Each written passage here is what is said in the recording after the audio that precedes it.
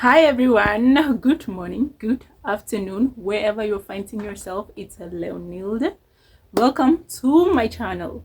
So today we are going to talk about a situation that actually happened to my friend, or I'll actually call him my tutor. He's a university student, and an overview of what happened. They got a scope for examination from one of their lecturers, and then the lecturer informed them that okay, here's the scope. You guys can just study this scope. This is what might come in the exam, so just study this. If you study everything that's in here, you might pass. So that's what my friend did, not knowing that hey, you are supposed to study everything. Okay, let's get into the video.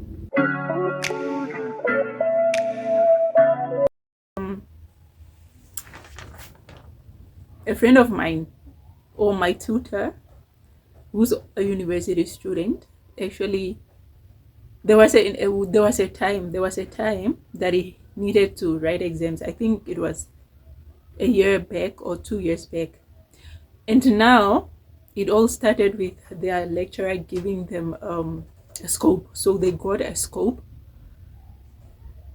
to just study that scope, and then when going into their exams, whatever was now in that scope, or the lecturer would actually take part of what's in the scope. Probably 80% of what is in that scope is what's gonna come in the exams. So my friend decided that hey, I'm just gonna study from the scope. I'm not gonna read anything else, so let me just study what the lecturer gave me. So he decided that he's not gonna read everything else. He'll rather just focus on the scope. Because yes, you need to trust the lecturer. He told you that he's gonna put probably 80% of what's in the scope in the exam. So he decided that okay, let me just focus on reading everything that's in the scope. So when the day of the exams came, when he went into the exam hall and he sat down, after sitting down, he got his exam paper, obviously.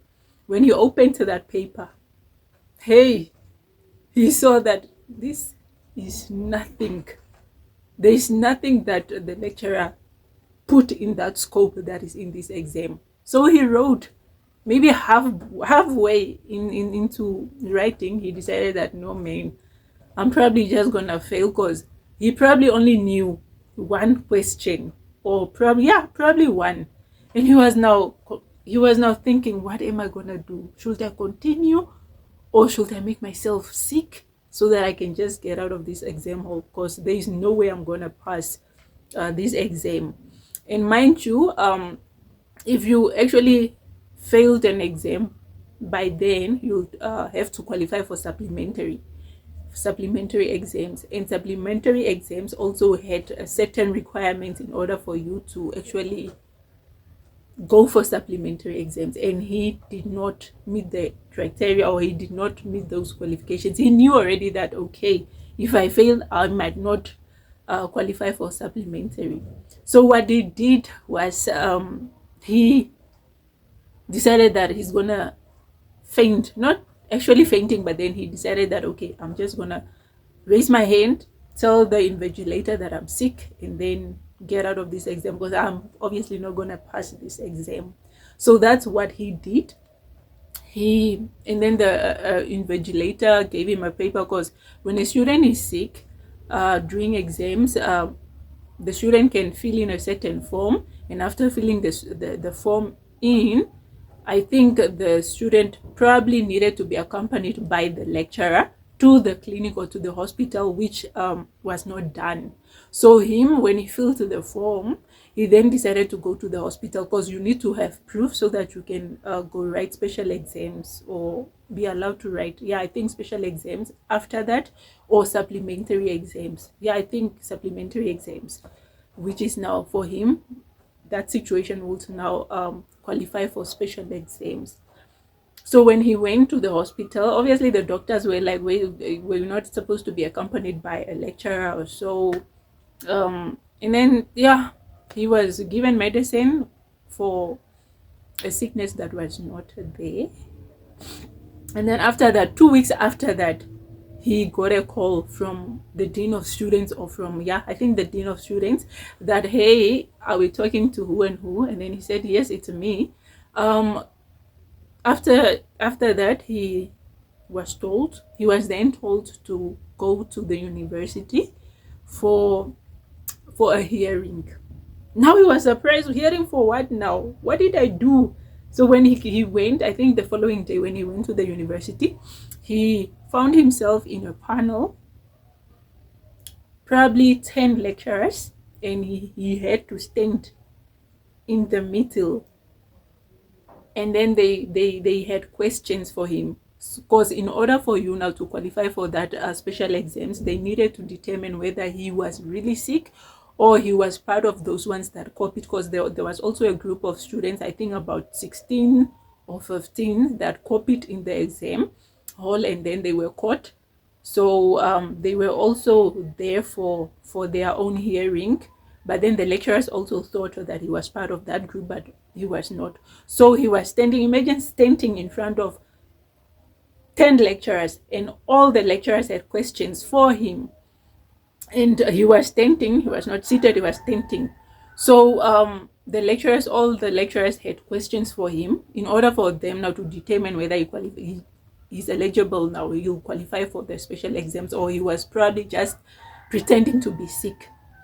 So after that, there was actually one particular lecturer that saved him. Otherwise, he would not have written the special exams. So that lecturer asked him, so in your paper, it's written that you fainted in the exam hall. Was that true? And then he said yes. And then one of amongst the lecturers asked him, how on earth do you faint seated? Because according to the exam paper that we got, your exam paper, you already started, you answered some of the questions.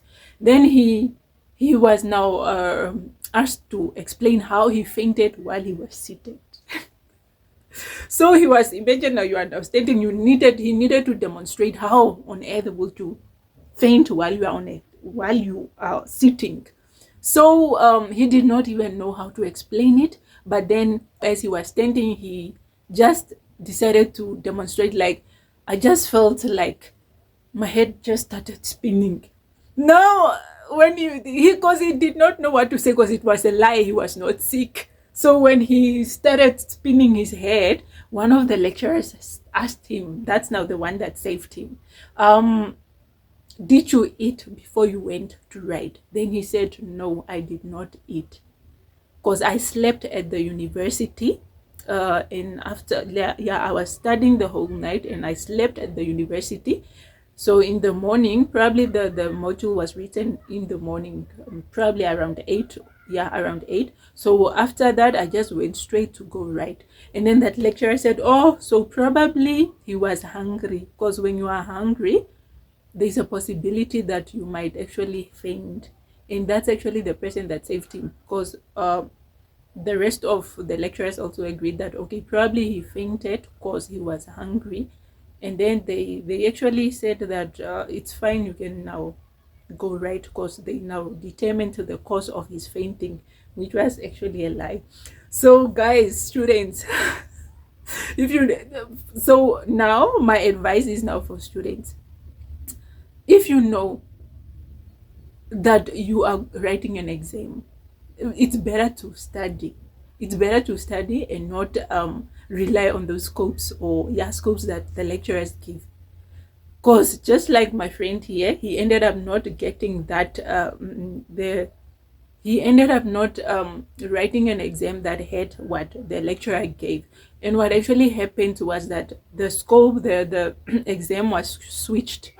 So what they were supposed to write, that was in the scope, was actually written at the supplementary exam, which he ended up passing, because he knew that, okay, that was what he studied. Now imagine if now the scope was now not valid anymore, because what he studied came into the supplementary exam, because he knew that, okay, I'll just fake my sickness and then go write what I've studied, because in this exam I'm obviously gonna fail. So it's better for students just to read. I know that a lot of people prefer to study smart, where you only study what might come in, but then it's also advisable to also just read and get to know all the other information that might not be relevant.